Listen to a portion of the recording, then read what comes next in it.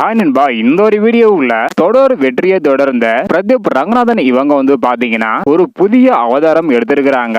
இரண்டு முக்கியமான அப்டேட் பாத்தீங்கன்னா வெளியாகி இருக்குது. இத பத்தி பாக்குறதுக்கு முன்னாடி பிரதீப் ரங்கநாதன் நடிப்பில் வெளியான எந்த திரைப்படம் உங்களுடைய ஃபேவரட் திரைப்படம் அப்படின்றத மறக்காம கமெண்ட் பண்ணுங்க. ஓகே நண்பா, வாங்க என்ன வீடியோக்குள்ள போகலாம். ஓகே நண்பா, என்ன ஒரு அப்டேட் வெளியா இருக்கு அப்படின்றத பாக்குறதுக்கு முன்னாடி கடைசியாக பிரதீப் ரங்கநாதன் இவங்க நடிப்பில் வெளியான எல்லைக்கே திரைப்படம் பாத்தீங்கன்னா வெறும் 70 கோடி மட்டுமே வசூல் செய்த தோல்வி திரைப்படமாக அமைந்திருந்தது.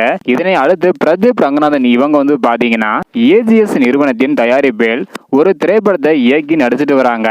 எல்லைக்கே திரைப்படம் ஃபெயில் ஆன காரணத்தினால இந்த ஒரு திரைப்படத்தை பார்த்து எடுத்து வருவதாக சொல்லப்படுகிறது.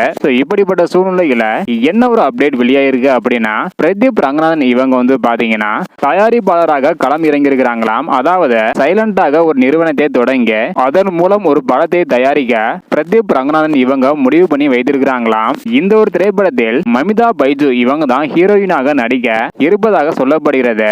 மமிதா பைஜு இவங்க 2 இயர் திரைப்படத்தில் பிரதீப் ரங்கநாதன் இவங்க கூட சேர்ந்து நடிச்சவங்க. இவங்களுக்கு தன்னோட முதல் தயாரிப்பிலேயே ஒரு வாய்ப்பு பாத்தீங்கன்னா கொடுத்திருக்கிறாங்க பிரதீப் ரங்கநாதன் இவங்க. தொடர் வெற்றி படங்களை கொடுத்து வந்த பிரதீப் ரங்கநாதன் லெக் திரைப்படம் மூலம் பாத்தீங்கன்னா தோல்வி தவிர்த்தாங்க. அதன் பிறகு அனைத்து திரைப்படத்தையுமே பார்த்து பண்ணிட்டு வராங்க. தற்போது தயாரிப்பாளராக களம் இறங்கி இருக்காங்க.